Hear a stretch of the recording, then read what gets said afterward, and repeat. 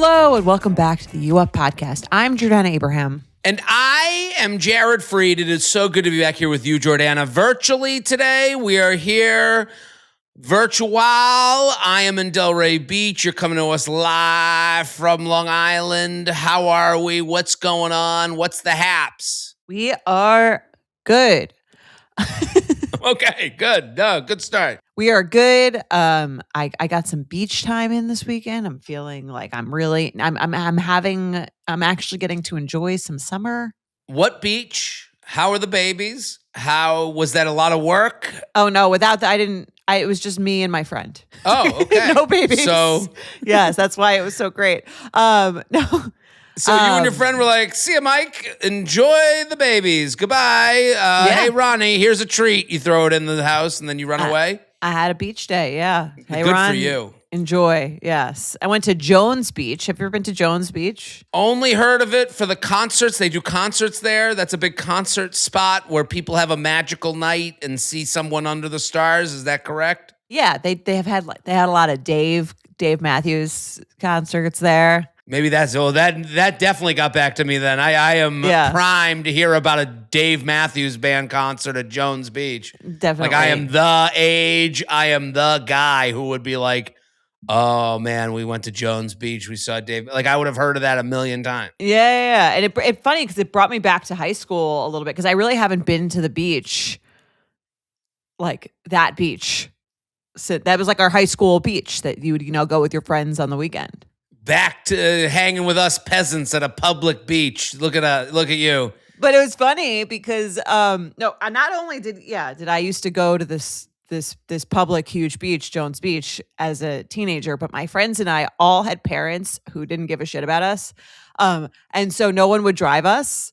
So we took the bus. Public transportation we took to the beach? Bus, yes, at like 16. I mean, the fact that even was an option is unbelievable. Like good for the state of New York. I can't believe that exists. We figured it out. Yeah, I would say like something my friend group and I had in common was that our parents were like kind of like figure it out. Right. And they were like not taking us anywhere or like doing anything for us. You want to go to the beach? Yeah. Aileen was there. Get to the beach. We had like working moms. They were like, you got to go to the beach. Figure it out. Right. We figured it out. I mean, what if you had hitchhiked? They'd be like, I guess, some random dude drove us. Would your mom be the one to like, was she like carpooling? Was she like driving you places or was she not that parent? She would drive me places. It was all, I have like PTSD from that. Asking her to pick you up? Her screaming, asking her for a ride. And I don't got time for this. It was always a scream match. I would rather sit home alone in the dark than even ask my parents. Mom for right. I have like horrible memories of like, can I go to the movies? You always have to go to the movies. I can't drive you. Like it was always like a 30 out of 10, like her reaction to that. And then like being at the movies and like figuring out whose mom can take, whose dad could pick up and I would just rather have no friends. I think than ask anyone to drive you anywhere. Right. And whenever I did, it was such a to-do that I was like, I would rather just hide and watch TV at home. And my parents would also do the thing like they would like shame me for ever wanting to like do anything. Really? You want to go to a movie? What are you, loser? A nerd? Like it was always like really? Who goes to the movies? What kind of loser? It was kind of that was the response. Okay, so your parents weren't the ones picking everyone up.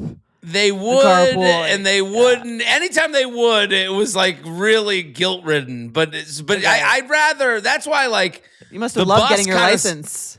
Getting my license was huge. I mean, just the bus being an option, Yeah, I mean, it wasn't just easy. Such a win. I'm not saying it's easy, but we had to transfer. Go to the beach alone. You didn't have to be around your parents yelling at you for it. I don't know. I have a I guess my perspective on it is I always just don't want to bother people. Right. It felt like I was always bothering everyone. I guess that's why we took the bus because right. Our parents made us feel the same way. There was always one person whose mom was cool, but if she was busy, We were on the bus. So you go, how long did you have to like walk to a bus station? Like what did you do? I'm trying to remember the logistics. There was like a bus station in town, and then you would like transfer somewhere to take the other. We also took the bus to the mall. Was there We were really internet? desperate. This is crazy. I don't even know how you would find out a bus schedule. This was like probably like 2005. So there is internet. There's a Google that could happen. I'm not that old. You're not. Old. I was, but I'm saying my high school years were pre-internet. There was phones, but there wasn't like, like I am very much the straddle between pre and post internet. Like, right. Going. That's true. Online you are old. Like I MapQuest. Did you like print out MapQuest directions? We had some MapQuest. We also had like the original GPS things that you had to you like bought them separately and then you stuck them on your car. Yeah, that has no relevance to me. That has no like I went from MapQuest until the last day you could use a printer at home to phone. I never really did the Garland hook the exterior, right. I know what you're situation. talking about. Yeah.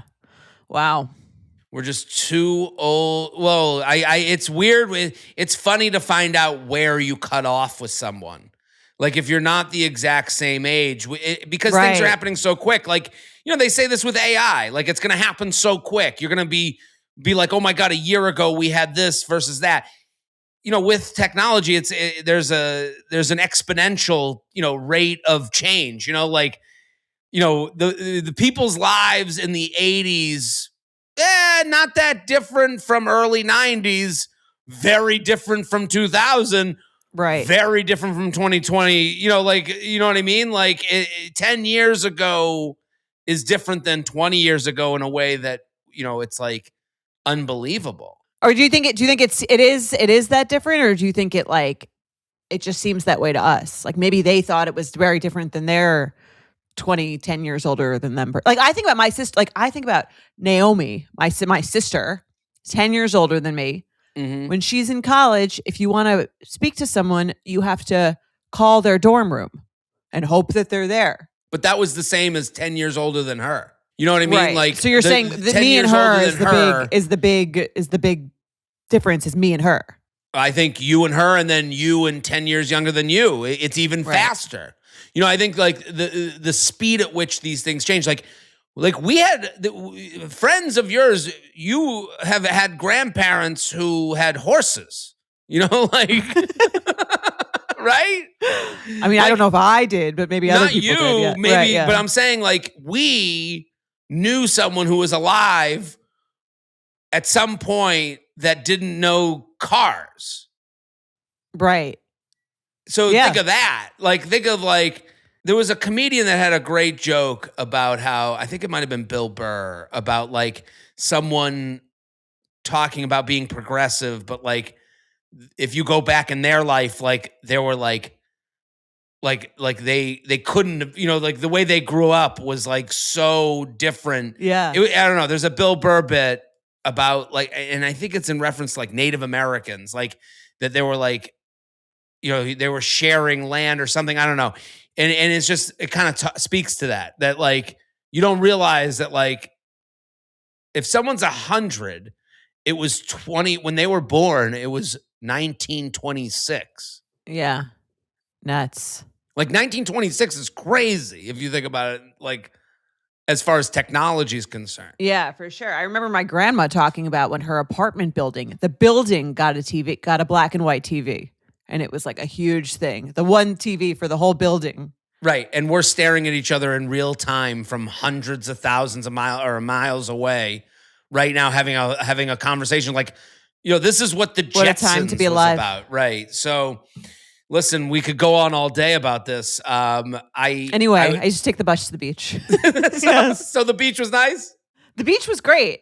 Yeah, it was a lot of nostalgia, and I'm happy that I now can drive to the beach. Yeah. I mean, it's the little things. That must have been, well, it shows what, like this, like, where does happiness come from? Like, people today are like, everything's worse than it used to be. There's someone that's like, I could drive to the beach. This is great. Like, what a happy moment. Yeah, no, I do think like there's everything. The whole narrative is everything is horrible, Mm-hmm. and obviously, like everyone has their own circumstances. But day at the beach, simple pleasure. Well, it's like where are you getting your feed from? Everything's horrible is just a very way better internet way to speak. It's what if it bleeds, it reads, so to speak. Right. That's the old saying in news. So yeah, I mean, I'm with you. I just went to Fire Island and Oh yes, I was gonna. Sorry, Fire Island. We're should gonna be get talking into, about your beach situation. Well, Much better. I thought of you a lot, you and Mike. I mean, I would see young women on Fire Island doing their party night, and I was like, this was Jordana's Oh yeah. 20s, and it is beautiful island. I did a show that was a fundraiser for the local like rec center. They do 2 comedy shows a summer, and we came a night early, so I got to experience Fire Island. We'll have plenty of thoughts and on benefits about this, but I just really enjoyed it. Are you gonna move there? You do a lot of house shopping. You do a lot of. I think Fire Island is, if you're not from the New York area, you've probably never heard of it because it's a very local thing. And if you heard of it, it's because it was referenced in a show where like it was a cool reference to. I just watched Will and Grace last night, and I was watching the pilot episode references Fire Island because Will is gay and there's a gay section of the island. So There's a lot more like Fire Island. I think there's a lot more pop culture references to Fire Island in the gay community. Yes. Than in the young partying community. Because like it is, I think it was especially, I remember my aunt going to Fire Island my great aunt going to Fire Island with her gay friends in like the 60s. Like I do think back when it was not as acceptable to be gay and out, I think Fire Island was like a kind of like a mecca for like a gay summer. And there seems to be from the gay community and I Joe, who's with us now, could maybe speak to this more. It's like a let's keep Fire Island gay. Like like there is like it's called the Pines. Make They're Fire Island gay again. Right, like stay away. Like get out straights. It does feel like there's Joe, like, are you there? Joe, are you there? Can you speak to this so that we're not just right.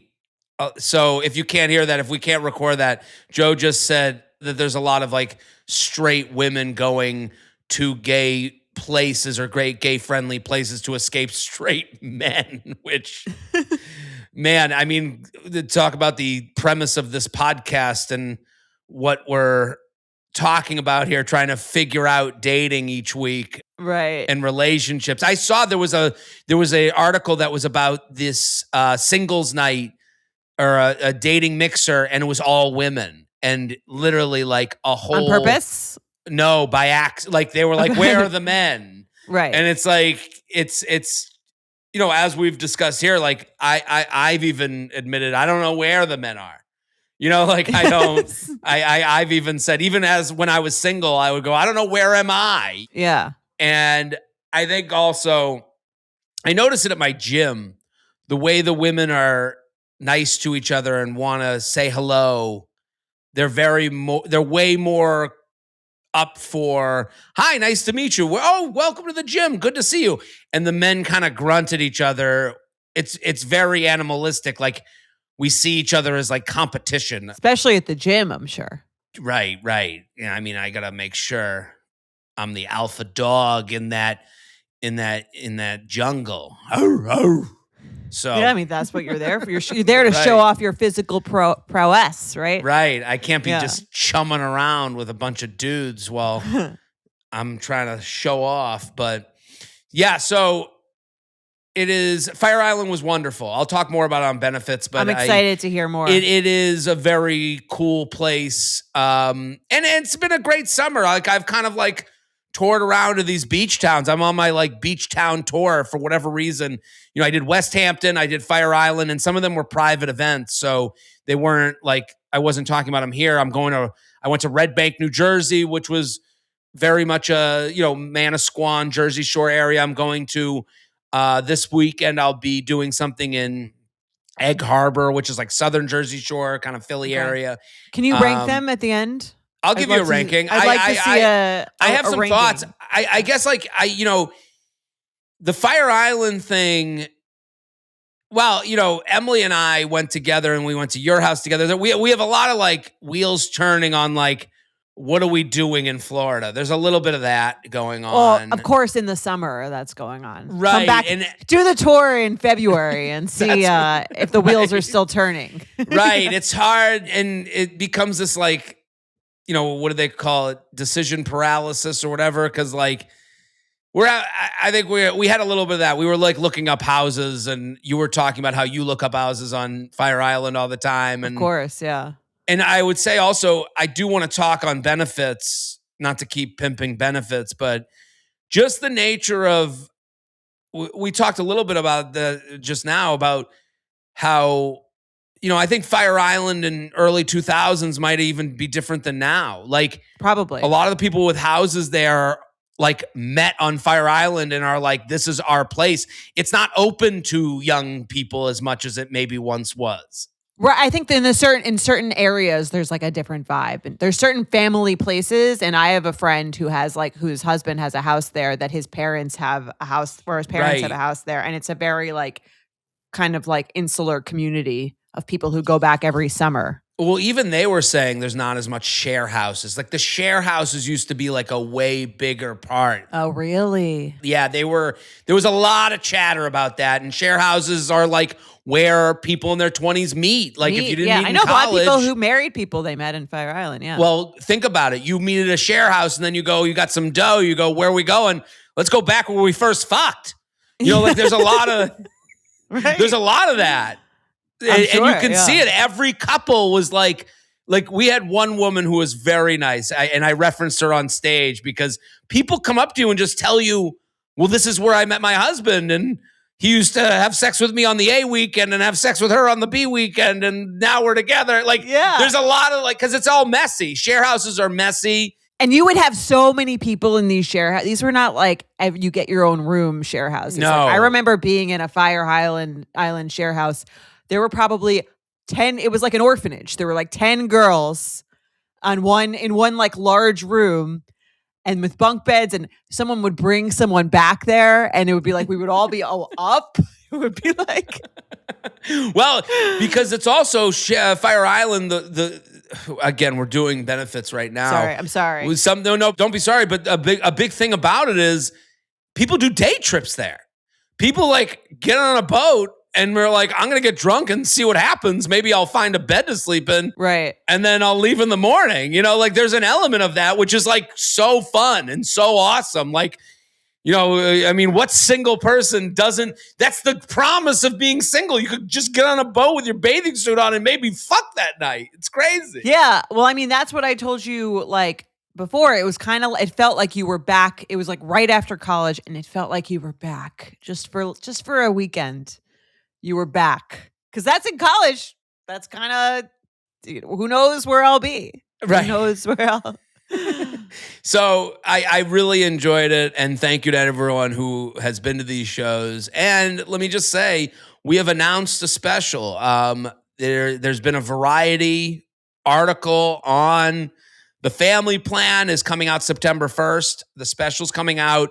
This is a genuine, I'm not joking plea to everyone who listens. I'm not even asking for you to sign up for Netflix. I'm just saying, put it on your queue, make it for night one. Do not have a watch party.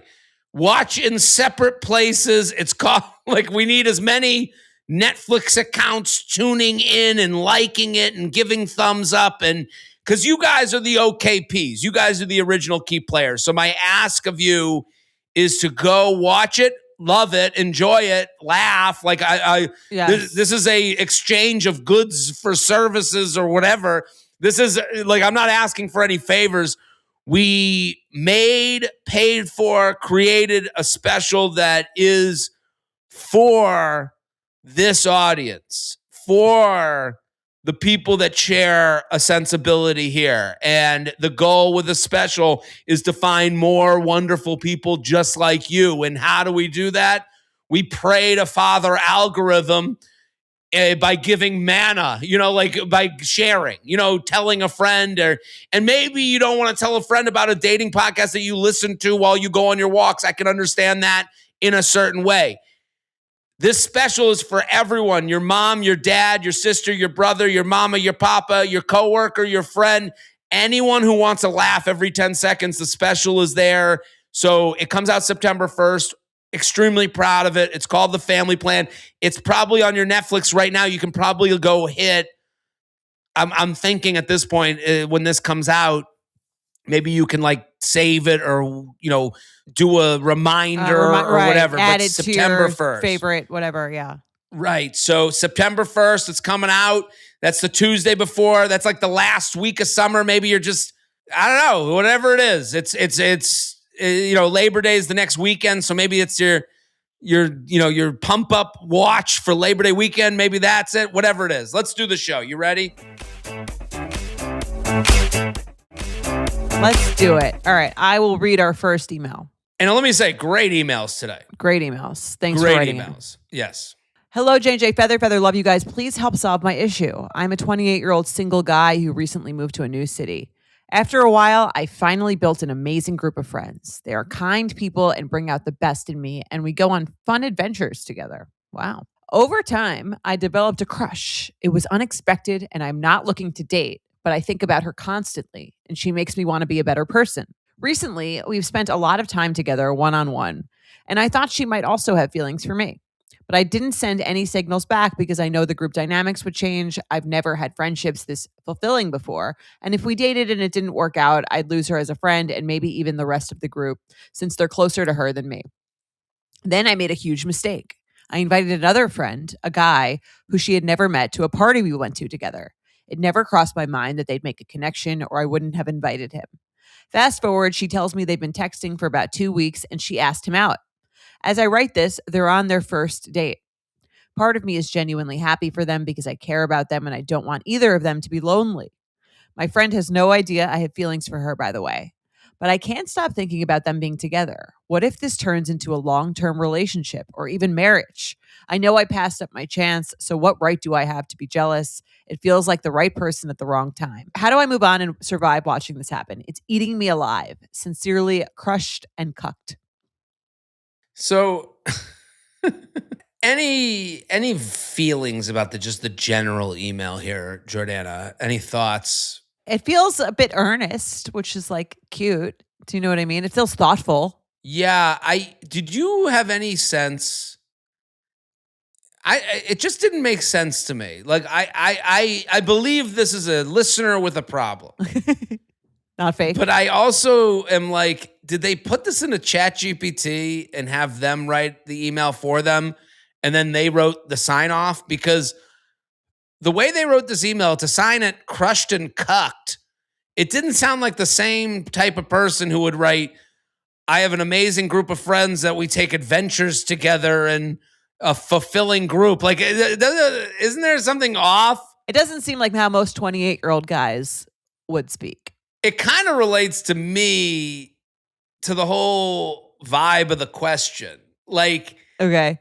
Because I'm like, this is kind of like the ghost of Friendzone future. Like when you decide I'm going to be a friend to this girl or guy or anyone that I want to be with, that I really have developed a crush for, you turn into a liar. Like, because I read this email, he's like, well, they're on their first date now, and I hope they find love. I don't want them to be lonely. No, you're fucking pissed. That part's stupid. You don't mean that's not true. Right. You don't need to do this. And you don't have to lie to us. Yes. So that's why I was like, we don't care if you're a good person. Right. I just like the idea that I hope they find love and then you sign it crushed and cucked. I don't know. When I read these emails, I really think the words are important. Not just what they're saying, but how they say it. Mm-hmm. And it's like, and it's interesting. It's like when I read this, I was like, wow, this 28-year-old man writing about adventures with his friends and hoping his friends find love and happiness. Right. And he moved to a new city and he's found this great group and whatever. And then he's like signed, crushed, and cucked. I'm like, that was the real dude at the end. You know, like, because I don't know a lot of people who are, I don't know, a woman would never write, look at me, my friend's going out with my crush. Guess I'm the cuck. You know, it's just like a very aggressive way to put it. Right. Do you know what I mean? Like, and I'm like, who are you being honest with? Like, I think when it comes to this whole thing, because at some point when you developed a crush for your friend in this group, you began to be a liar to them. Right. You're not friends. You're not friends. I mean, no friend would ever believe, because they wrote it in their email, that I made a huge mistake. I invited another friend who she'd never met to a party. You wouldn't think that introducing your friend to your other friend was a mistake because they hooked up if you weren't lying to this person that you're claiming is your friend. Right. But the other part of it, though, is that he says he is not looking to date, doesn't want a relationship. Right? Right. So it's like he has a crush, but he's like, I don't actually want to date her. Well, no, he doesn't want the responsibility of dating someone.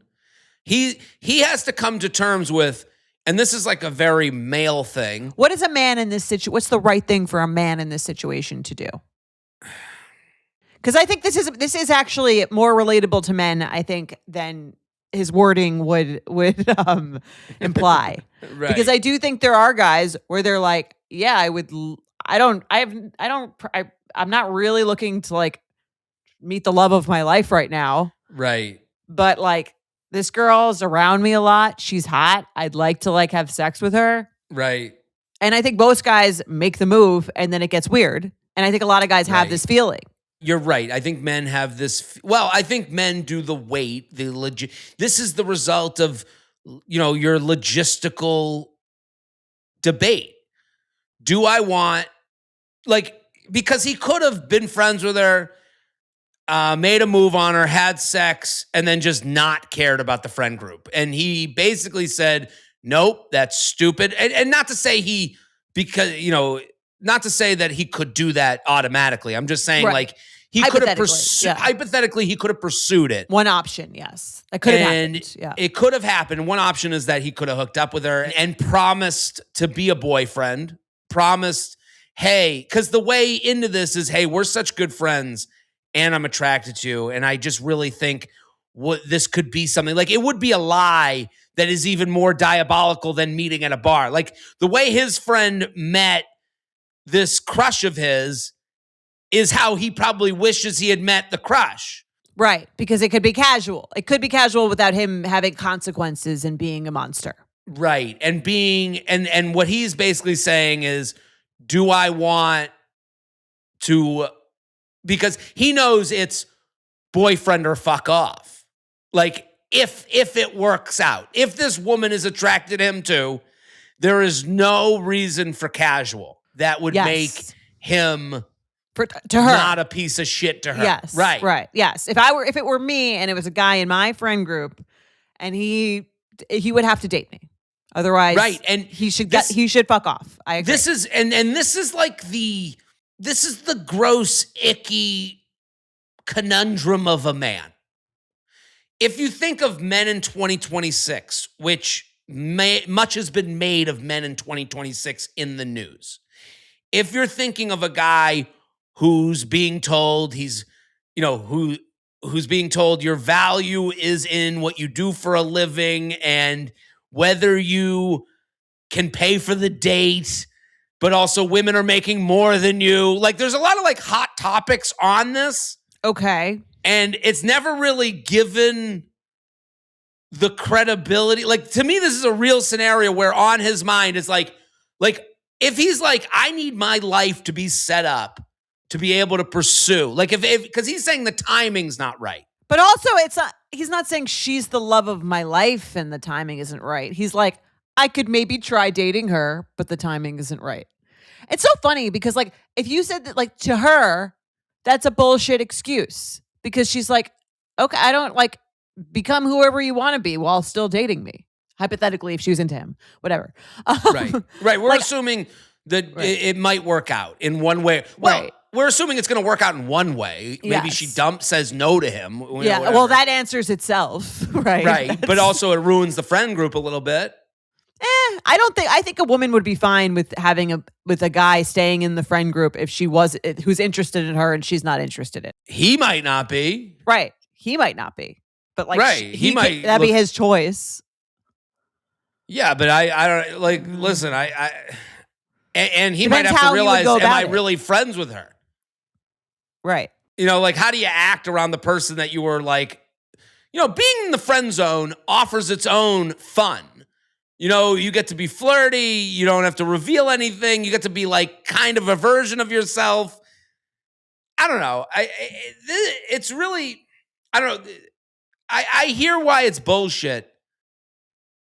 It's a bullshit excuse because you're basically assuming the woman just wants to move forward and become in a relationship, whatever. I'm giving that assumption. My thing to him is that he doesn't even want to be in a relationship with her.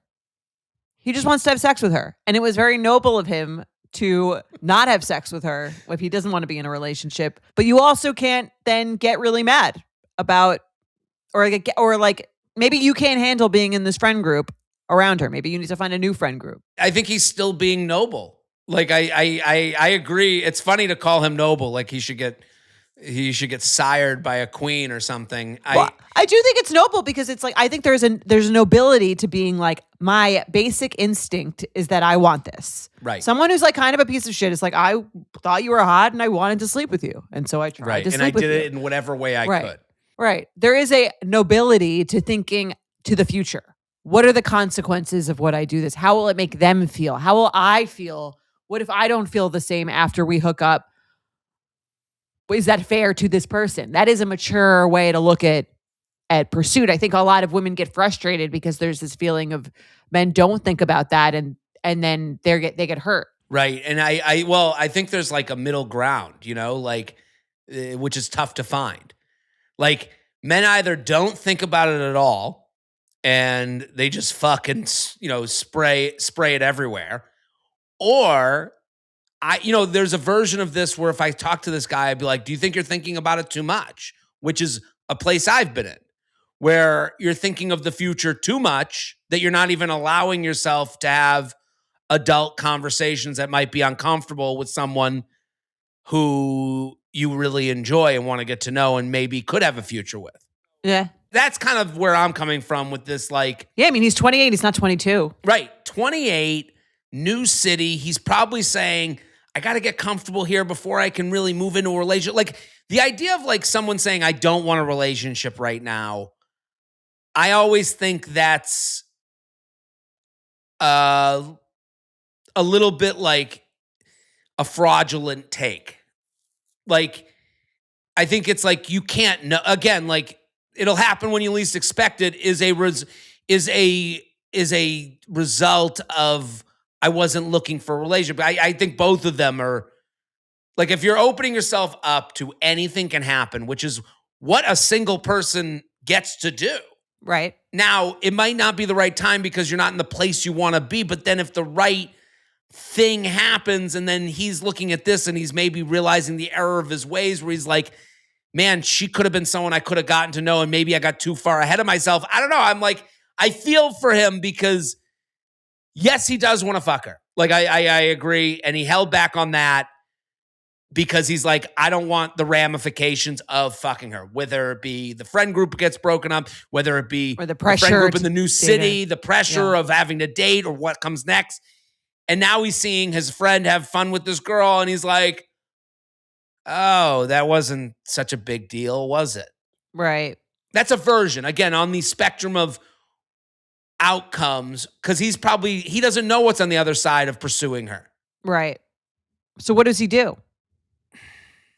I think you do nothing. You do nothing. Do nothing for a month. Let this play out. Right. Let this play out. And I think see if it ends with them, if you're still even as into it. Because you might just be You see someone else being into it, that makes you kind of like fixated on it. And a lot of guys do this, I think, too. There's like kind of like, or a lot of people do this. Someone else has something, suddenly it feels like it's worth more to you than if they're actually available. Right. It seems like a more immediate need to pursue than if they're free. I would say this to anyone in dating, especially women. Scarcity is like the best thing you can make yourself. You have to make yourself scarce. Like you have to, when you leave someone and you say, hey, you have my number, but like I'm going to go and date, you've just made yourself scarce. Right. You know, like make a plan and I'm in, you're making yourself scarce. Like this guy's dealing with scarcity right now. He's dealing with, she is a one of one. She is now dating someone and could be gone. Yes. And he's got to taste it. And I think you're right. Take a month to suck on it. You know, like take a month, suck on the world where you're single still and she's in a relationship. And maybe you go, that wasn't really what I wanted. Or it doesn't work out with them. And you're like, oh, that was just kind of like a panic because I felt like now that she's actually single, I don't know if I actually even really. Or maybe she comes back to single and he goes, now's my chance. Yeah. Hey, I've really thought about you in a different way since seeing you in a relationship. And friend group be damned. Like the friend group will work itself out. Maybe you're realizing this friend group isn't as important to keep together. Yeah, I think 28 is when the friend group starts to dissolve, the intensity of it. I think it's the beginning of the end for a friend group. One person gets married outside of that friend group. Unless the friend group marries, yes, the friend group is dissolving. Once one woman or one man or one person in that friend group marries outside of the group gone. Starts to crumble. Yeah, yes. That is it crumbling from the base. That is game over. That means the women are going to a bridal shower that the men aren't going to anymore. That means the men can't really go to the hangout that the women are going with. Right. Well, the pregame is now with her boyfriend and his friends. Yeah. Don't preserve something that's not that strong. Don't worry about preserving something that's not. And I think also if you handle something very respectfully, it's not a big deal. It'll work itself out in the best, in a respectful way. Respectful gets respectful. I have a question. Have you ever had a friend zone, come out to you? Have you ever had someone say to you, Jordana, I'm not your friend. I've been pining for you all this time?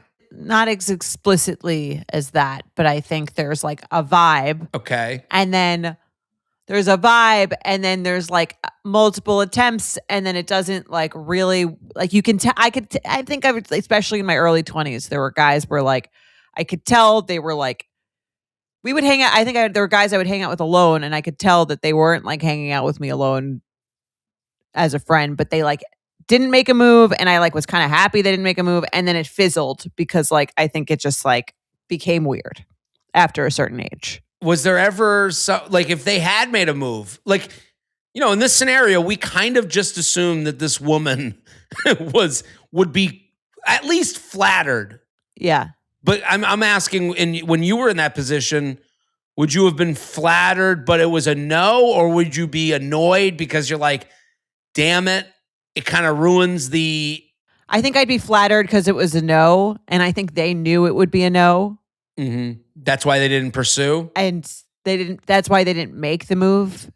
But like, I think both people probably on their own realized that was like, I actually did enjoy the friendship, but there is something flattering also about the friendship, about kind of knowing that if I made a move, that it would be that, the person would say yes. But I don't think that's as fun on the other side when the other person kind of knows that too.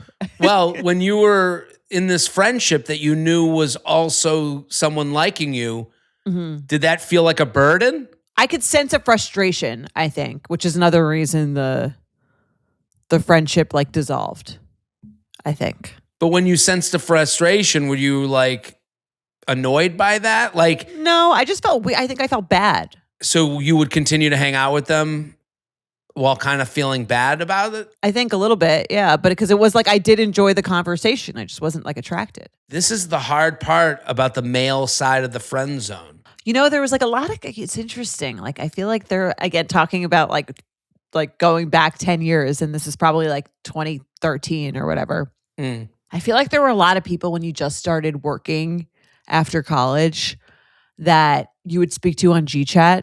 I had like a Right. lot of like intimate GChat conversations, like Talk at about my nostalgia. right. Yeah, I was in a lot of GChat conversations Right. myself. Yeah, Like, because that was and how you- you planned the weekend. Right. And if I had like a desk job for like 4 months out of college, selling like video ad sales or something. I was not good at it. But I remember just like the entire day I was just G-chatting with various like Friends of friends. real friends, and then like you know, some guy that I was friends with abroad when I was in in college. And I think there were some of those conversations, and especially you would like speak all day. You'd get into some like interesting shit. Do you want some? If you want to watch a show, Emily forced me into this show, and now I like it, which is the reason to get in a relationship. To It's watch part of shows it. Yeah, that for you sure. may To open Have your you wa- eyes to new shows. Right. Not Safe for Work. Have you watched the show? No. Mindy Kaling made it, and it's really funny, and it does bring you back to that out of college 20s. This is not an ad. I've been watching, but you do have that I was messaging on GChat moment of life is kind of shown in this show. It made me feel messaging old. on GChat about talking about how your weekend in Fire Island was. How was your weekend on Monday? What do you got this weekend on Thursday? That was GChat. Yes. You would And then evolve. Yes. And then there were like the guy friends that like if you were out and you'd be like, this bar sucks, like where's the other bars? And then you might like message your guy, again, the guy friend who maybe had a crush on you, and you'd say, how's the bar you're with? Are you with it? Like, are you with a crew? Like where are you? How's the bar? Whatever it is. Would you ever envision yourself with these guys? Like, would you try it on? Like, for this guy that wrote in, he's got this girl that's got him in the friend zone. Now, the more we talk about it, she doesn't like him. Like, I don't think she would say no to him, say yes to him. I mean, like, we started this where I was like, you missed your chance, buddy. But maybe there was no chance. Maybe I'm coming around to it's. Here's why I agree with you. Chances are because she asked this guy out. She asked the friend out, right? And so she's not someone. I think a lot of women are like, I'm not going to be making the first move. If the guy friend likes me, he's gonna. And I was like that. I was like, I wouldn't. Even if I did like this person, I don't think I would ever make the move. But she doesn't seem like that kind of person. She asked his friend out, so I think that if she liked him, he might know. He would probably know. She probably asked the friend out as also a message to the friend. Right. A message to the guy writing in. Yeah. Man, we've really crumbled this guy's confidence. Sorry. I mean, but I also still Do you have any hot, where are you? Where are you out tonight? Do you have any hot friends? Right. I feel for him because if they don't work out, which it doesn't seem like they like, I'm living in a world where she doesn't want to be with the guy who wrote in, but also she is just going to hook up with his friend. Like it's not going to go. That's probably the case. That won't go to marriage. Probably the case. I still think this guy, you got to eat it, wait it out. I do think he has to kind of assess who his real friends are and what group he's trying to keep together. And I know this new group is because he says he's in a new city, which is even more reason to keep a group together. So I understand that aspect. You got to watch Not Safe for Work. I think you'd like it. There's a part is it set like New 15 York. years ago? No, set in New York now. Okay. So it's like the Gen Z version of this whole conversation. And one of the guys who I've seen him on the internet before, he's very funny. He decides he's going to go the friend zone route with this girl. Okay. I had a lot of like feelings on that, and I've done that. I'm not above that. I hope this guy knows I'm not above his plight.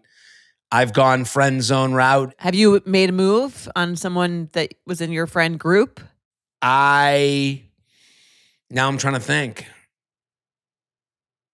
I've hooked up in the friend group, the post-college friend group. Right. And Also, the friend group kept together.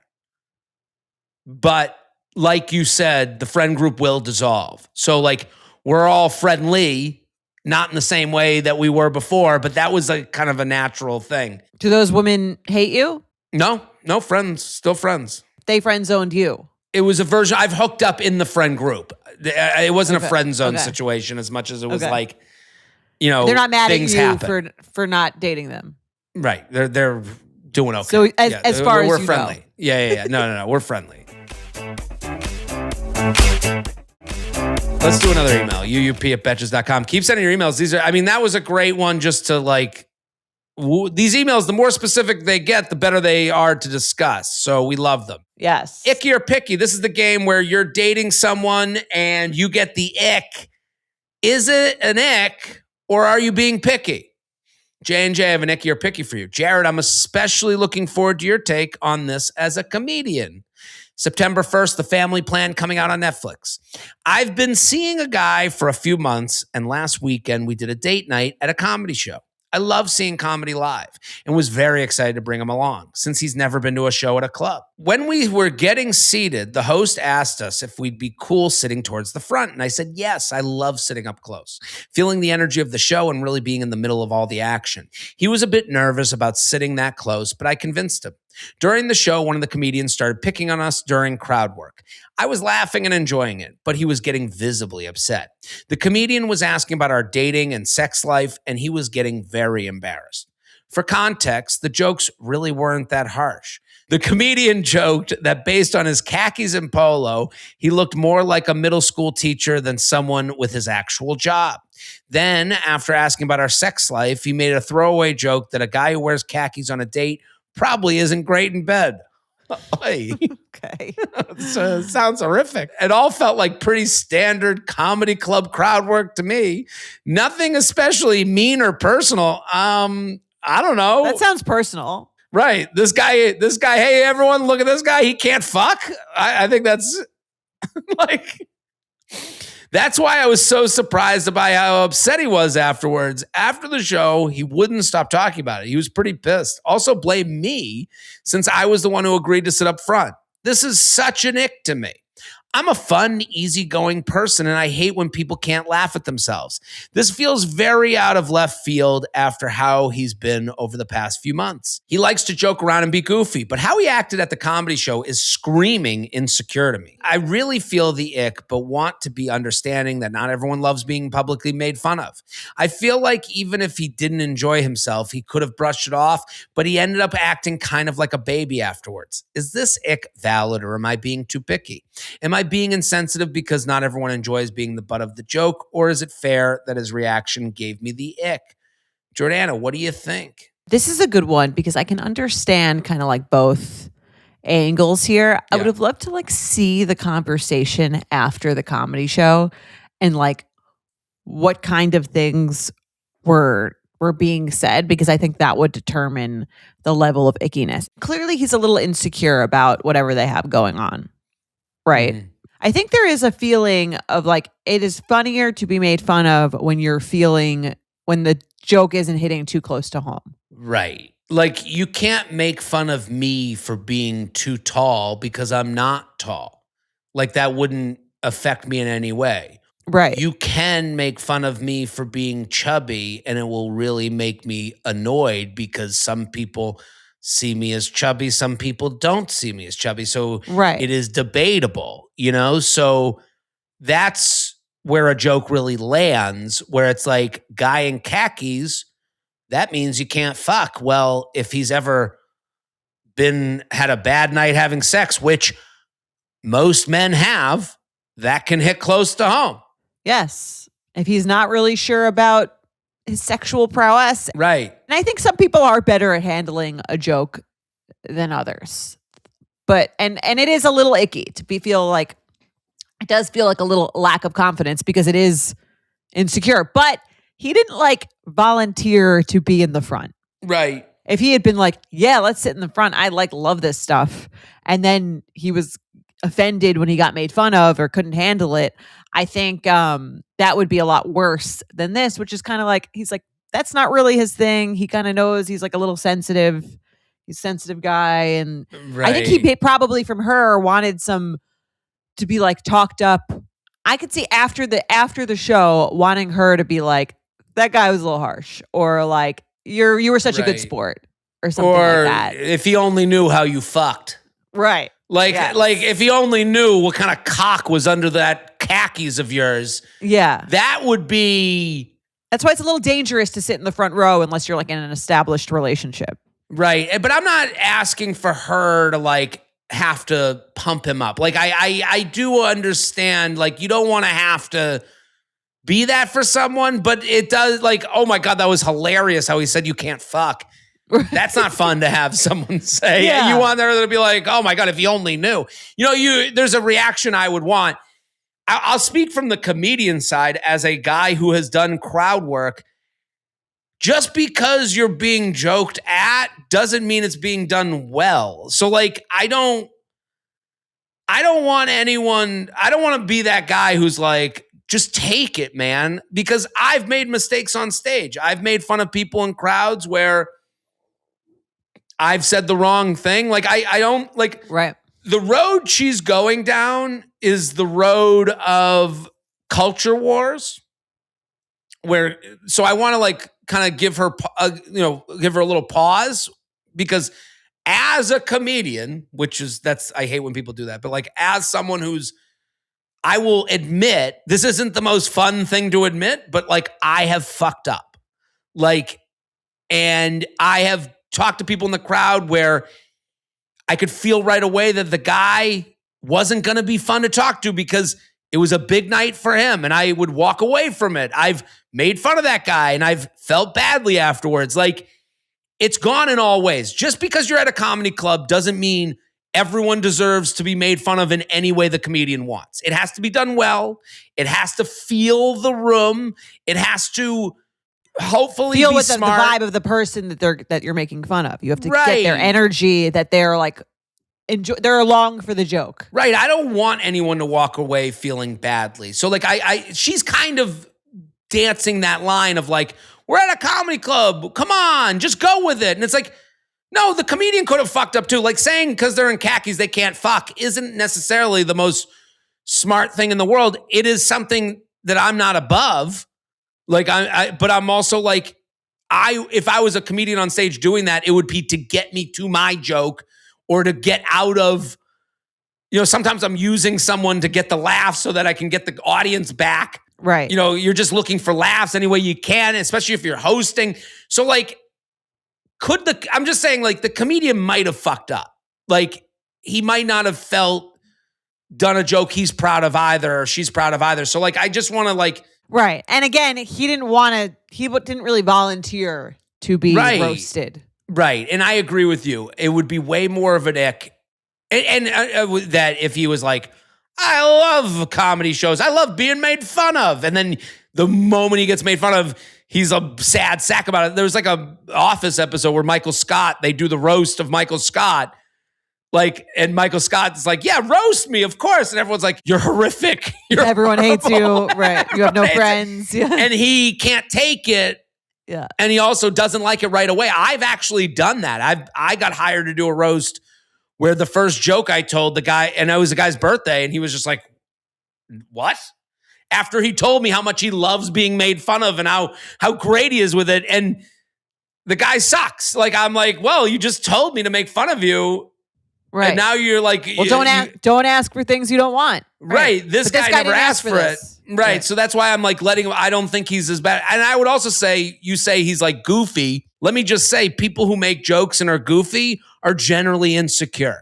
That's why they use humor to block out the insecurities. That's how insecure people get by. That is the power of the insecure. That's why, funny fat friend exists. They use comedy to mask their insecurities. So I don't know. I'm on the line with this one. I don't like that he was like blaming her for making them sit up front. I think that's that's an ick of all this. Yeah. But I don't know what she was. I also I don't know how the conversation went. If he was like, yeah, I just like really didn't. kind of like was having like a weird day, and I just like didn't really like being picked on like at this moment. Because that's also another thing. Like sometimes you're like already in a mood and you're not really ready to be made fun of for something. And so I think there's like, it depends if he's like if he's kind of feeling weird after the show and she's like kind of doubling down on how funny it was. Right. I could see, that creating a tension in itself. Here's also what he didn't do. He didn't fight back. He just took it, which is actually admirable. I have talked to people in the crowd and just been like, I'll give you an example. There was a person that brought their boyfriend to my show recently. And I said to him, I was like, I'm talking about being on a GLP-1 on stage. And I was like, anyone else on a GLP-1? And this woman was like, woo, I am. And then this guy high-fived her. And I was like, are you guys both? I was like, I've never seen someone high-five. Are you guys both on a GLP-1? He goes, no. And I was like, going to make a joke about like, we don't want to be like high-fived for getting our lives together. Like I was going to make a joke about that. I was like, are you on? He's like, no. I don't even know what it is. And I was like, you don't know what a GLP-1 is? And he's like, no, never heard of it. And I was like, have you understood it? Like, it was a big, like, right, putting your feet in the sand. And then I was like, and then I tried to talk to him a little more. And you could tell he was like trying to like one up me. And I was like, I'm not looking to like make, there was no bone in my show. Right. Well, also, I wasn't trying to make him look bad. Like, I was just like trying to like get out of this. I'm trying to play the improv, like, and he wouldn't yes and me. He's saying no, but no, but's not a funny. You want to crowd work with someone who's like yes anding you. He's trying to shut you down. Yeah. And I walked away from him. I was like, all right, we'll walk away. And after the show, him and his girlfriend came up, took a picture. They were very nice. But I even said to him, I go, I'm not trying to compete with you, man. I don't want to do this, And like, I walked away from it. It got a little awkward. And then it's my job to like go into material and go in another direction. This guy didn't do that. So I kind of like you him. Respect it as a comedian. Yeah. So maybe picky. Yeah. I think I'd examine the way the conversation went. And I think it's a little picky. Let's do another email. Okay. Hey, J&J, I've been a huge fan since my first You Up live show in 2018. Mazel tov on all the exciting things. Jumping right in, I have a situation that I need your advice handling. I'm a 30-year-old woman who has been with my husband, 32, male, for 7 years and married for 2. He has 3 siblings, all above the age of 30. His family puts a huge emphasis on celebrating all birthdays and holidays together. The expectation is no family member or significant other misses an event, and they are extremely unflexible with combining events for the core siblings only to make dates easier for everyone. The reasoning is these grown adults can't share a birthday celebration with Father's Day or Thanksgiving, even though they are all the same week. I am currently 7 months pregnant, and my birthday, shared with my father-in-law, is coming up. We only have one free weekend in August, and my parents want the chance to celebrate with us too. I asked if my parents could join the dinner that is supposed to be half for me, or we will be coming back to my home for cake and presents, but was told it would be too awkward to coordinate who pays at the restaurant. Instead, my parents have to find a weeknight to celebrate with me, which makes it rushed and takes up more of my finite amount of limited energy while pregnant. In my mind, it is the simplest thing to say to his parents that my parents want to pay for themselves and me and my husband for my birthday. Then his parents will cover everyone else like they normally do, easily handled. I knew they were resistant to change, but this situation has made me more nervous about the future, especially once we have more children and I'm too tired or simply don't want to attend every family event. I was even guilted into attending gatherings throughout my first trimester while dealing with daily morning sickness. I've been resenting these events for a while now and need advice on how to set reasonable boundaries to someone who has such a different mindset on the topic. The last time I tried bringing it up, my husband interpreted it as I hate his family and say whatever I need to in order to get out of every event. How would you handle my birthday dinner and this dynamic moving forward? Please help. A bet you need. I love this email. It made me appreciate my parents. They don't care if you come or go? Well, my parents are involved. I mean, I live 25 minutes down the road from them, and I was at their house for dinner last night, and they are, and again, I'm saying to this date, it could change, but what they've been very good at is being unoffended if we can't hang out. Like, the invitation's there, but I'm not going to ask twice if you can't make it. I'm not going to make you feel bad if you can't make it. If you have another idea for a plan and they don't want to do it, okay, we're not doing tonight. Like, there's no offense taken Right. by the non-hangout that maybe you were invited to, or like, hey, it's my birthday, I got to do this dinner. Let's say hypothetically you already live with Emily Mm-hmm. and you go to dinner with your parents and she doesn't go. Do they care? No. They would be like, what happened? And I'd be like, she just wasn't feeling it tonight and I wanted to eat. I would generally, I'd probably stay home with Emily. I'd be like, yeah, we're not going to go. I mean, this happened 2 nights ago. What is your dad's birthday dinner? Wouldn't care. I would go, hey, I can't make it. Let's do it another night. We'll celebrate another time. Like, it's really, this is one of those things that, like, they're close, but there's no... Yeah. I think that's the way to be. I feel no guilt with a cancellation. So, like, yeah, I was kind of, I was reading this email and I was like thankful for that. Like, I would assume your family, they don't even know who's there. Right. Like, so when I read this, like, I guess my family, I'm like relating to his family. I found no relation to his family needing a day for the dad, a day for the Father's Day, a day for the, everyone's got to have, I found no relation to that. Listen, they want to have a day for all those things. To me, that's fine. The expectation that she should have to attend every one of those things, that's not fine. You can have as many hangs as you want. I could have you know what I mean? I can choose to celebrate as many events as I see fit. I don't think there's anything wrong with that. Right. If I have 4 kids, I can choose to have a birthday celebration for each of their birthdays and Thanksgiving and whatever. But the idea that, like, I'm going to also dictate what their spouses have to do that too is the crazy part. Right. And she's looking for, how do I set boundaries? She did this thing. Let me give her some advice from the guy's point of view, and you can tell me if you agree or disagree. I feel this a lot where she's doing the thing where it's like, I'm now thinking of future events and how this will affect us, and I'm worried about this and that hasn't happened yet. I would advise her, let's be appreciative that you have a specific scenario now. Yeah. Like, you have this thing that you can set up a boundary around and have a discussion about this event. Yeah. I think what will hurt you in the argument is like, what if future tripping, right? You're fucked, because I would look at that as like, don't make me, because when he says when they have the argument, he says, I hate his family and say whatever I need to get out of every event. It's like, no, this is, like, I can love your family and also not like how they operate with special days. Right. And not have to participate in that if I don't want to every time. Especially when I'm giving you an alternative and you're giving me an answer like it would be too awkward to pay. The too awkward to pay response is bullshit. Yeah, they want it to be their family. Yeah. Otherwise, they would just pay for her parents, which would be the normal thing to do.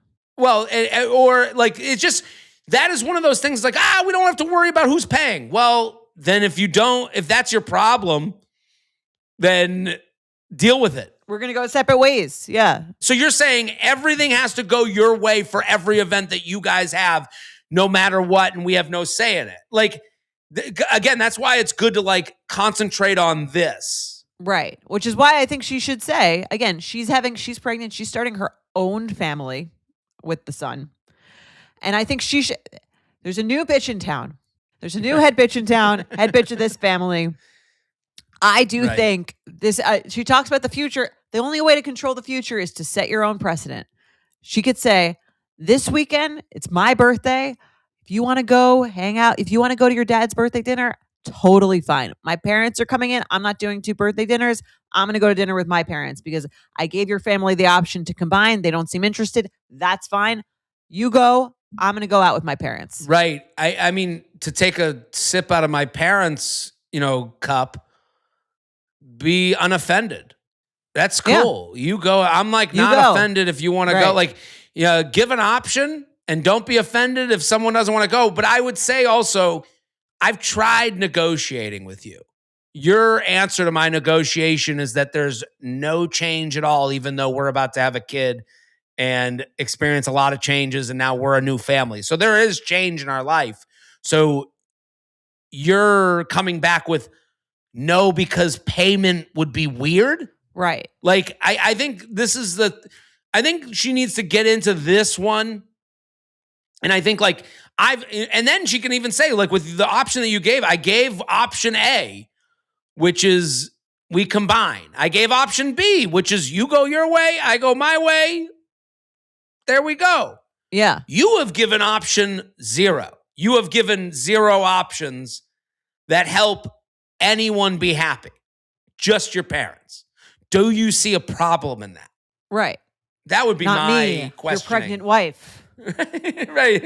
I wouldn't even get into the pregnant wife. I think all she needs to do, again, they're adults. They're grown adults. She could say, it's too much for me. Right. I'm only going to one event. You don't want to combine them. I'm going to dinner with my parents. I'll see you at home. Bye. Right. I'm not offended. Yes. We'll do it. We'll figure it out. We'll figure out the next one. And if he's offended, that's his thing to work out. Right. And also, let me just make sure you know, I don't hate your parents. And if you need me to hate them to not go to these events, you have a really, you're fucked up. You have a problem. Yes. He's the problem. I think the husband's the problem, honestly. I totally agree. UUP@betches.com. Keep sending them in. Let's play some red flag or deal breaker. Let's play some games. Let's do it. Red flag or deal breaker. You're dating someone. One thing happens. Do you see it as a red flag and keep going? Or is it a deal breaker and you end it sight unseen? Yes. Jordana and Jared. Love the podcast. Been listening for years. 82. Thank you. Curious to hear your thoughts, and especially Jared's take as an avid traveler. For context, I'm 34. My boyfriend is 37, and we've been together for 2.5 years. We've lived in Brooklyn for the past year, love each other, travel together all the time, but a recent trip where we weren't traveling together has me shaking my head. My boyfriend and I were both flying home to JFK after separate trips. I was coming back from a bachelorette weekend in Charleston. He was flying home after visiting his family in Chicago. We were originally supposed to land at the same time, so we were planning to share a ride home since we live about an hour from the airport. Then his flight got delayed by 2 hours. Instead of telling me to head home, he asked me to wait at JFK until he landed so we could still leave together. I thought it was an unreasonable ask. He thought it was worth waiting so we could ride home together instead of paying for 2 separate rides. I feel he asked because he is used to hanging at the airport, having access to Delta Sky Club. I don't. So this would have meant sitting in the terminal with my suitcase for 2 hours. By the time he got in, I could have already been home. Is asking your partner to wait at the airport for 2 hours a red flag, or am I being too independent? Sincerely, terminally annoyed. This seems crazy to me to ask someone to do that. It'd be one thing if they offered, hey, I've got a lot of work to do. I'm just gonna post up at. I don't mind if you want. I don't mind posting up at the airport for a couple hours, finishing some of my work. And when you get in, we can still go back together. That's one thing, the offer. To ask to do it, to me, is really insane. Yeah, I think, I guess the feedback from someone would be the cost angle, because cost turns into this morality play. But you are going, first of all, JFK to an hour away, there is public transportation. So you could let's say they live on Westchester, Long Island. There's no public transportation. No public transportation. Or I guess there is public. You could take the LIRR or the Metro North, whatever. Let's say there wasn't. Well, let's say you have to take an Uber. Well, it's funny because if public transportation after your flight is kind of out of the, you're like, who would do that? Which there are people who would say that. Then you do have the funds available to get 2 Ubers, to spend an extra $100, which is what it is, to get yourself there. And that person, here's the thing.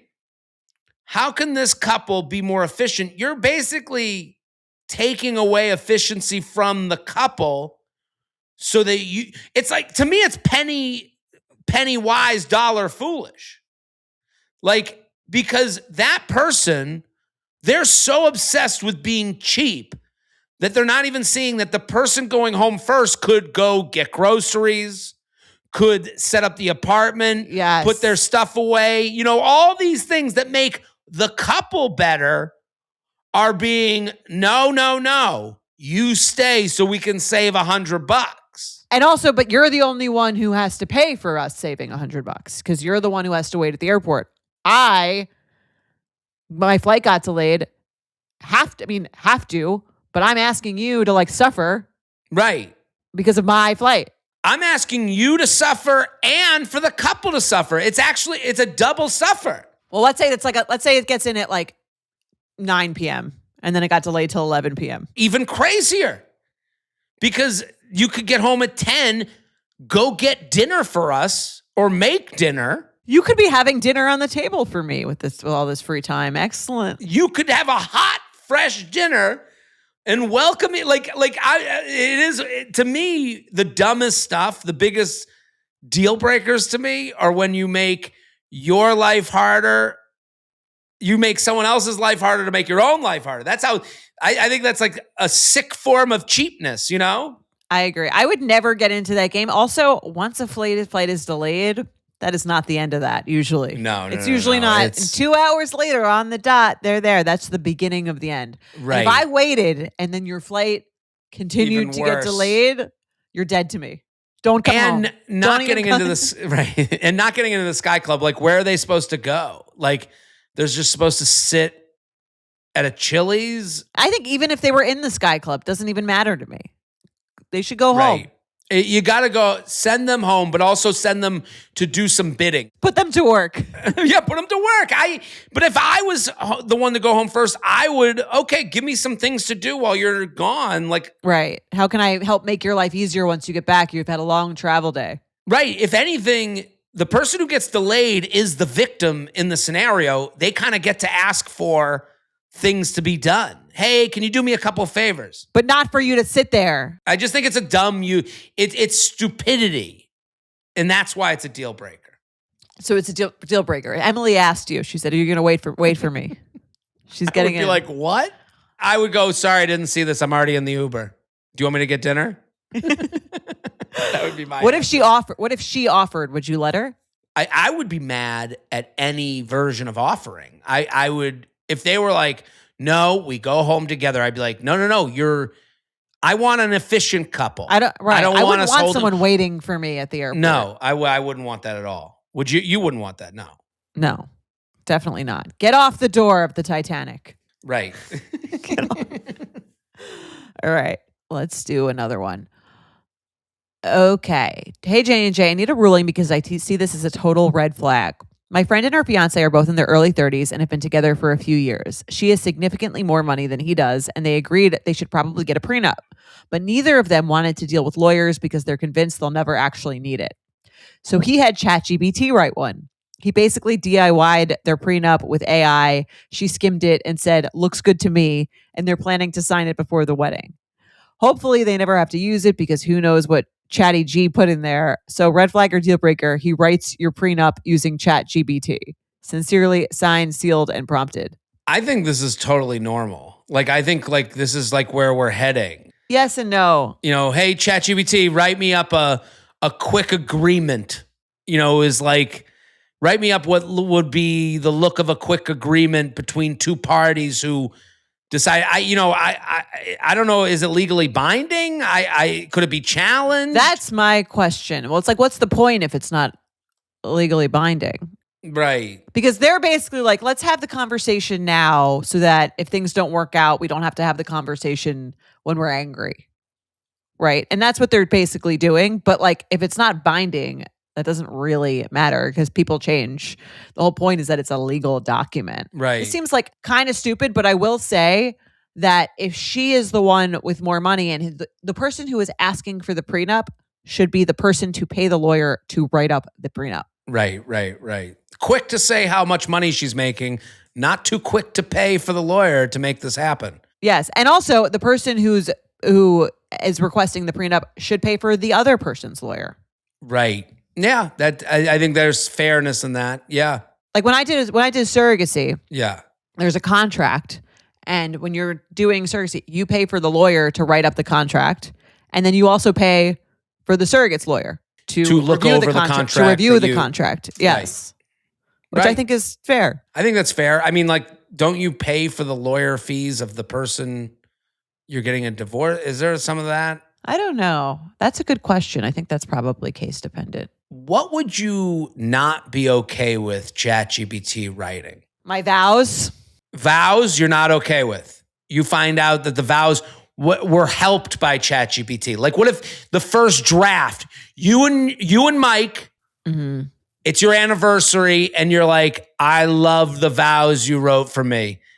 And he's like, the first draft was written by ChatGPT, but then I made it more Mike. Would you be good with that or bad with that? No, I'm bad with that. I would be good with that if the first draft is written by Mike and then finessed by ChatGPT. It needs to sound like Mike. So it has to start with human and then proofread by AI. Yes. To make if he wants to use AI to make the sentences flow better, I'm okay with that. But the original content has to be his. Okay. I'm trying to think. I got in a scenario where I hired someone and they wrote back to me. So like I hired someone for a job and I wrote to them some concerns I had with how the work was being done. And then I got a text back that was like, in brackets, it said, "Dear person." And then it was this long response to what it was my copy concerns. And pasted from chat from and they like forgot to take out the dear person. And I was like, and I wrote back, I was like, tell ChatGPT that, I joked back. Well, I didn't even fire them right away. I was like, tell ChatGPT that like, I get it. Like I was like joking. And I got an immediate call like, who cares? Who fucking cares? Come on. And I was like, I mean, I care. I'd like to talk to you. No, anymore. It didn't work out.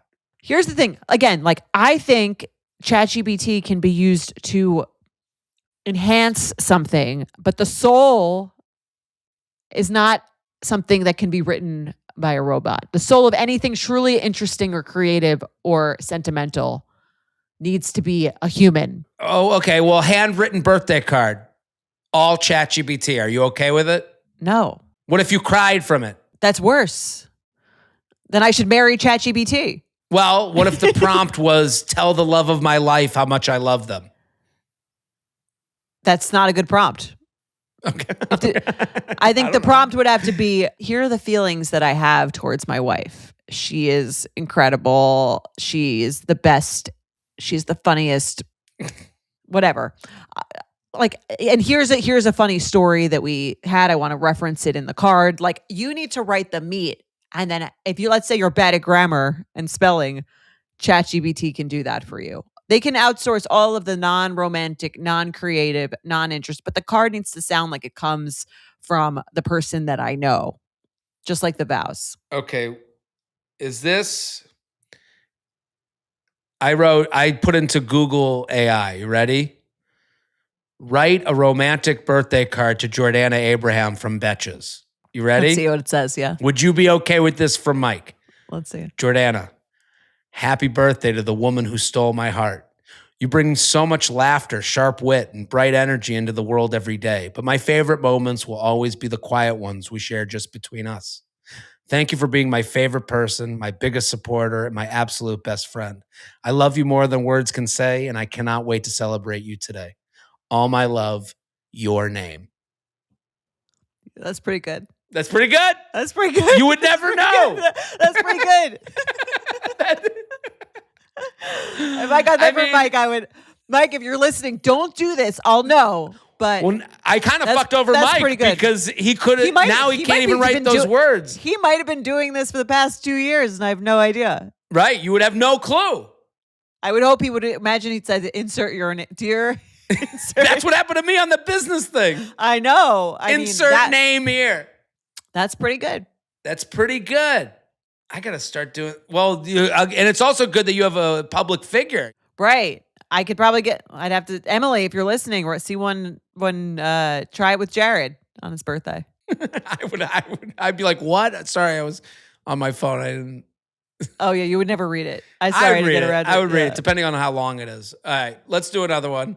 That's very funny. That was better. That was better than some of the cards he's written. Listen, that's the problem with this AI hellscape we're heading into. So I have a public persona, right? So that can help the person tailor it to me. I need a little like inside joke in there just to prove they're human. You know.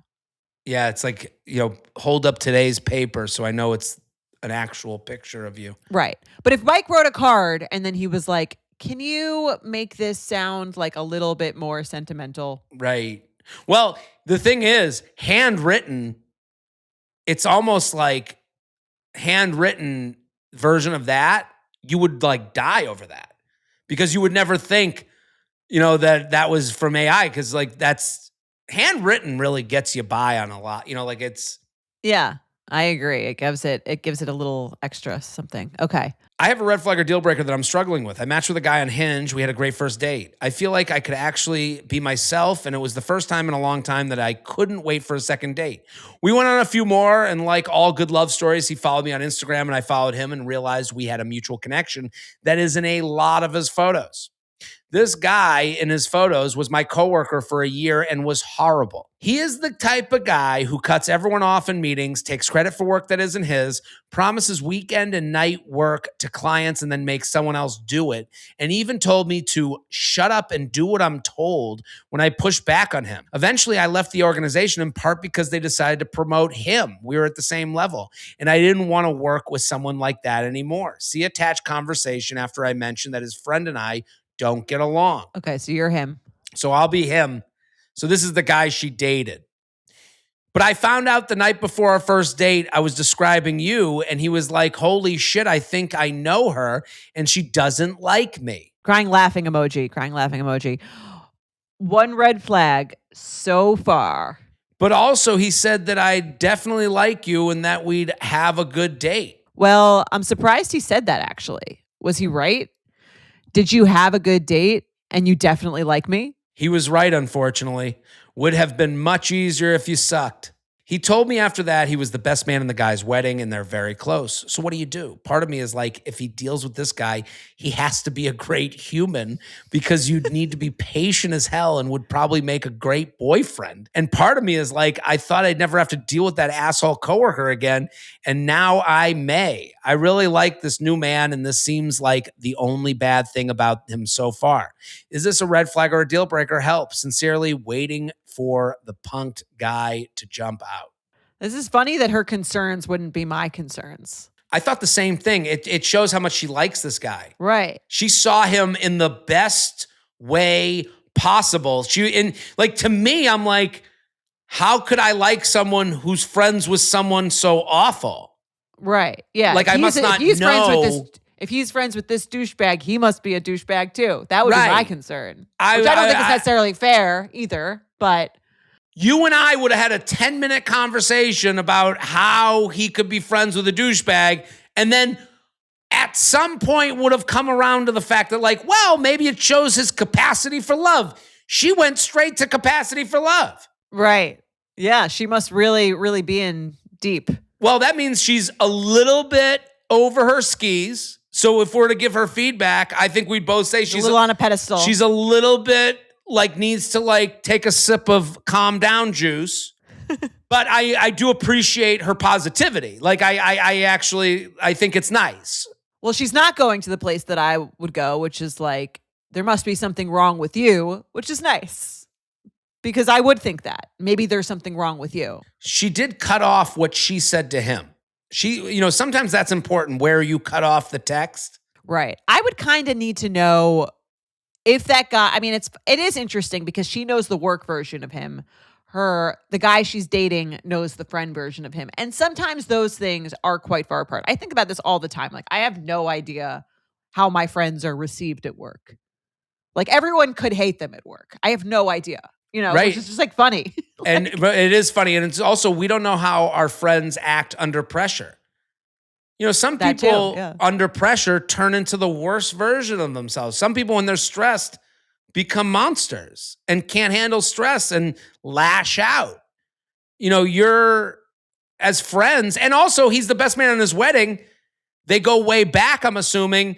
Right. We don't know if this is a friendship that was laid in stone in the 5th grade, when you can't be brash with your 5th grade friends in the way that you are with people at work. Like, we don't know. Yeah. And this guy, it's funny because the best man friend, horrible coworker, knows she doesn't like him, and still was like, "Yeah, I think she'd be a great match for you." Right. So he could probably understand. I think anyone who can understand, like, she might be a great match for you. Also, she doesn't like me. Like that. There's awareness to be found here. Like, I think there's like, a tree grows in the cement. Like, there's good in this. Right. I think it would be interesting to see this person outside of work, hanging out with the guy I'm dating, see how it comes up that you used to work together, what the guy is like now. Does he have any, like, is he going to address the fact that you guys were kind of weird at work? Like, I would be interested to just like see how it went. I would be interested like you, but I would also tell her, if it were me, this is our next date conversation. Yeah. Like, I need to, like, also with the thought that maybe you're getting the work version of him or what he was like then, and maybe he's evolved. You have to give capacity for forgiveness. Yes. Because there has to be a little empathy. Because the way she described him, I wouldn't want to talk to this guy either. He sounds horrific. I told her to shut up. That's crazy. Yeah. Yeah, well, that's crazy. Yeah, I would tell the guy that. I would be like, I have to say, I was very surprised, just not even knowing you for that long, that you're so close with him. Like, when I worked with him, it was like pretty bad. Right. And what is your feelings on him? I would open-ended questions with no judgment. Like, I think, like, I got to know how you feel about him, because, like, there's people that I'm friends with where I go, that's a guy who does this one thing and I wouldn't invite him to everywhere, but he is someone I'm very close with. I wouldn't want to work with him, but like, he is a really fun hang. I think many men have this way more than women, where not everyone has to be my best friend or a total enemy. Right. I have this with friends where I'm like, I could understand why you wouldn't enjoy working with them, but I get this out of the friendship. Right. I think that's a great line. What do you get out of this friendship? What is this? Like, yeah. Could you believe that why do you think he thought I wouldn't like him? Did he, I have to say, I don't have a lot of people that would scream out to me from an Instagram profile, this is one of those guys for me. Like, I think that's okay to say on a date. Right. And I mean, the fact that he said that the friend said that she doesn't like him, to me means he's probably open to, like, the friend's flaws. Yes. Because his response to that doesn't sound like how could anyone not like you? Right.